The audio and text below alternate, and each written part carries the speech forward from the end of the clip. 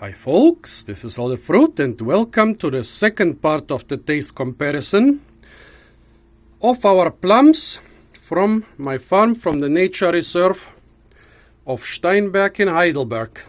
In part 1 we tasted the plums on the upper two planks basically, Mirabelle plum and another Mirabelle plum. This is a feral Mirabelle plum, this is a planted one. Blackthorn, a parent species of the domestic plums. Here we have the standard blue plum, a planted tree, and some feral blue plums. And here we have some really strange thing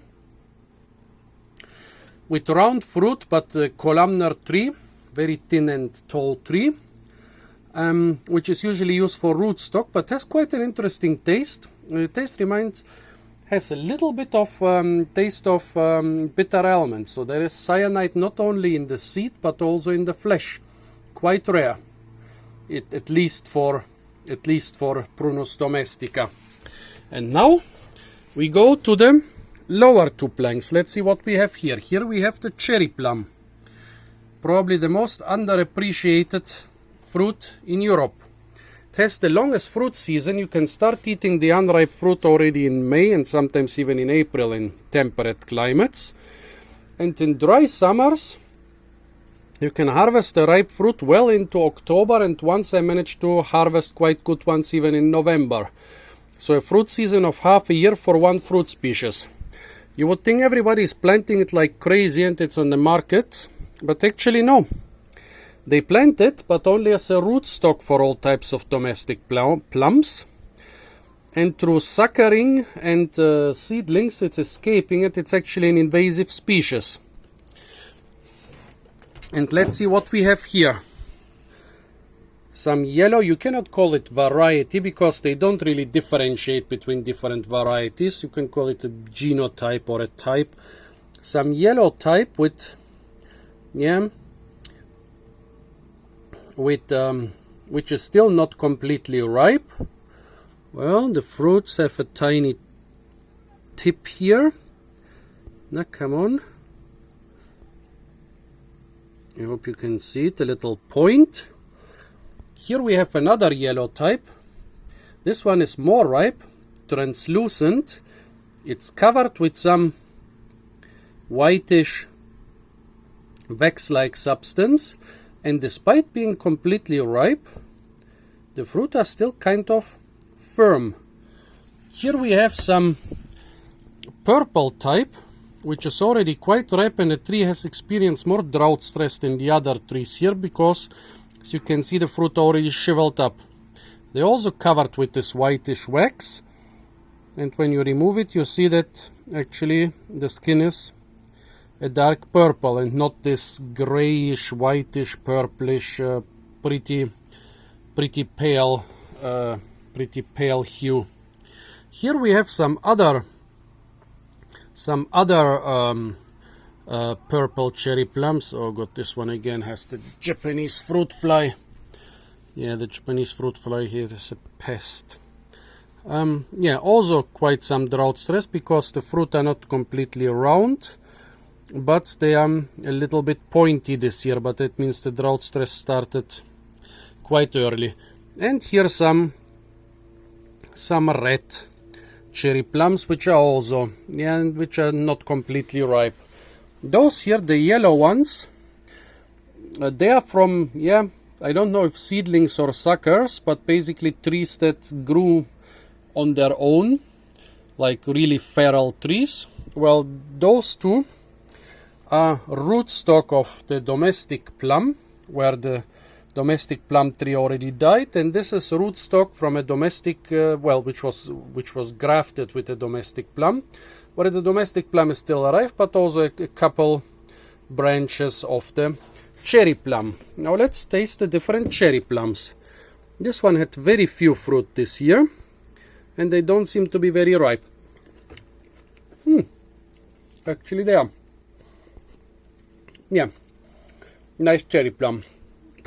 A lot of people confuse them with Mirabelles or even with Greengages, but lots of wasps here. But I would recognize this taste as cherry plum even if I was blindfolded. Now the other yellow cherry plum. Much more ripe. Quite soft and juicy.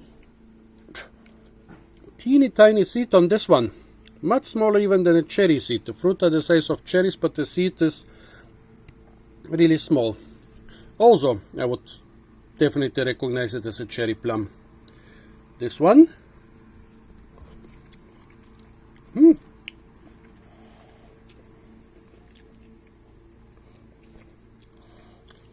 This is quite a strange cherry plum. It has a taste like American grapes. You know, and also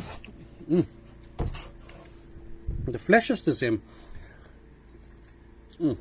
Let me demonstrate it to you. See? This looks and tastes a lot like American grapes. A blue, very firm skin. Then underneath, quite a firm flesh. I think you can see that it's keeping its shape. And in the flesh, there is a lot of color towards the skin, under the skin, but not so much in the rest of the flesh. Exactly like all those American grapes. And also it has exactly the flavor of those American grapes. Amazing. So basically now I can eat American grapes months earlier than normally. Well, let's try this one. It might look quite similar to you, but a lot of differences. The skin is less tough. The skin is also sticking much more firm to the flesh. Yeah, the flesh also has most of its color right underneath the skin. But the flesh feels completely different. And again, this one tastes like a cherry plum, not like American grapes. Now the slightly underripe red cherry plums. This is not a problem. Cherry plums can be eaten even completely unripe, even completely green. But I advise you to wait for them until the stone solidifies, because otherwise you will bite into the bitter seed.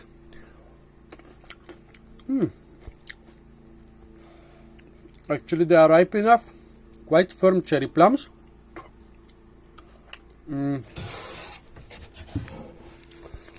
Not so much flavor. The flavor reminds me of apricots in this one. Will probably get stronger when it gets more ripe. But yeah, not a bad cherry plum. Now let's go to the Greengages. Well, I think this is what the Germans, the cherry plums, Prunus, cerasifera. Now we come to the three remaining plums. Here are all Prunus domestica, subspecies italica, var Claudiana. Well, here we have a very overripe Greengage, which was still greenish when ripe, but when it gets overripe, it gets yellow.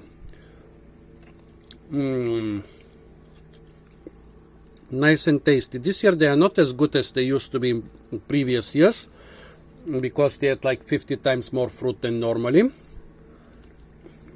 I had to support the branches. But yeah, really nice, very sweet.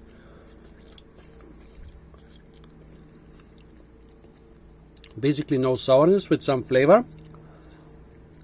Yeah, not as good as they used to be in previous years, but quite good. Most probably the variety the Germans call Große Grüne Reineclaude. On the continent, Greengages are called the Reineclaudes. It's a French name.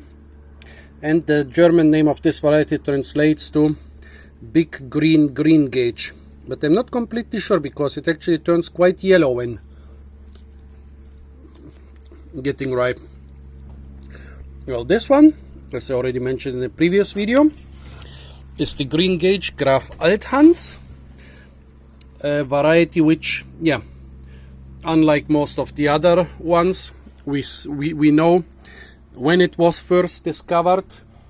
It was probably a hybrid between two different plum varieties. Where it was discovered, when it was discovered, by whom it was discovered, So not so many secrets about this Greengage, except we are not exactly sure about the other parent species. One of it was probably this one, the typical green Greengage, but the other people are not exactly sure. Could have been some blue plum.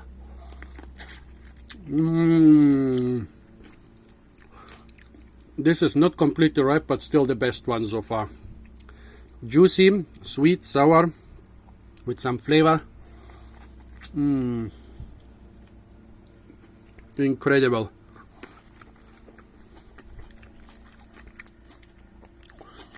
My favorite plum tree. There was one in the abandoned house in the abandoned village of my grandfather in Bulgaria. And for many years I would go there at least 2 or 3 times a year. Not to harvest any of the other fruit trees, but to harvest this stuff. Now the fully ripe one. Even better. Sweet, basically no sourness, and a good flavor. This is almost like... reminds me of some other fruit.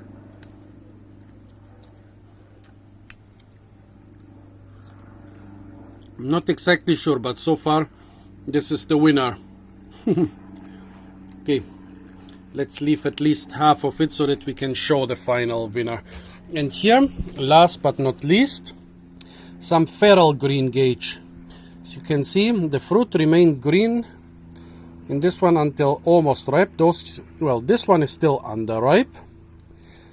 But those two, despite looking quite green, they're already quite soft. And even those two, which are pretty much well ripe, still have some greenish hue. So let's try the feral Greengage. Although it's a little bit colorful for a Greengage, so since it's feral, well, it could have originated from a rootstock or from a seedling, and the seedling could have been pollinated by anything else, and I kind of suspect might have been pollinated by a Mirabelle, but not sure. The color could come also from pollen from any of those other plum varieties. Nice.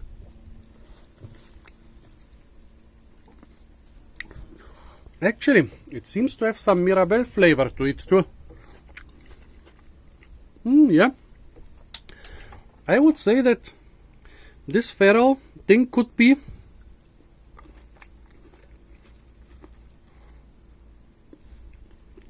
a Greengage Mirabelle hybrid. So now to answer the question, which was the best plum variety here? Well, they were all pretty good, except for the Blackthorn, which is, as I said, I picked it several months too early. The winner was definitely the Reineclaude Graf Althanns. So this is Prunus domestica, subspecies italica, var Claudiana, Graf Althanns. Well, what else was good? Of course, this overripe Greengage was also good. Those cherry plums, which tasted like American grapes and felt like American grapes, were also pretty good and quite a surprise. I'm sure a lot of people who are familiar with cherry plums and American grapes, if you fed those to them after removing the seed, they would not be sure what this is. So this was also quite good. Yeah, basically all the cherry plums were quite good. The planted Mirabelle was much better than the feral Mirabelle. Same thing with the planted Greengages were better than the feral Greengages. This unnamed thing, which could be the subspecies intermedia, or it could be the subspecies incititia or something completely different, was quite a surprise because there is cyanide not only in the seed but also in the flesh. Yeah, with the blue plums, the same thing as with the Mirabelles and the Greengages. The planted ones were better than the feral ones. But yeah, I mean, you always choose the best one for planting. So basically, people would try a lot of feral seedlings and hybrids and also the fruit of their rootstock, and will probably even use them, especially in bad years. But for grafting, they would always reserve the best ones. So yeah, quite interesting. Still, my most favorite plums are the Greengages, the second ones the Mirabelles, but I would give any of the other ones a try, because at the right time and from the right tree, fruit can be really tasty. So folks, those were a lot of different plums from my farm in Heidelberg. I haven't not planted a single one of those. They're all from old trees. I hope this was interesting enough for you. Stay tuned for a lot more fruit videos from the beautiful city of Heidelberg. And don't forget to like, share, comment and subscribe.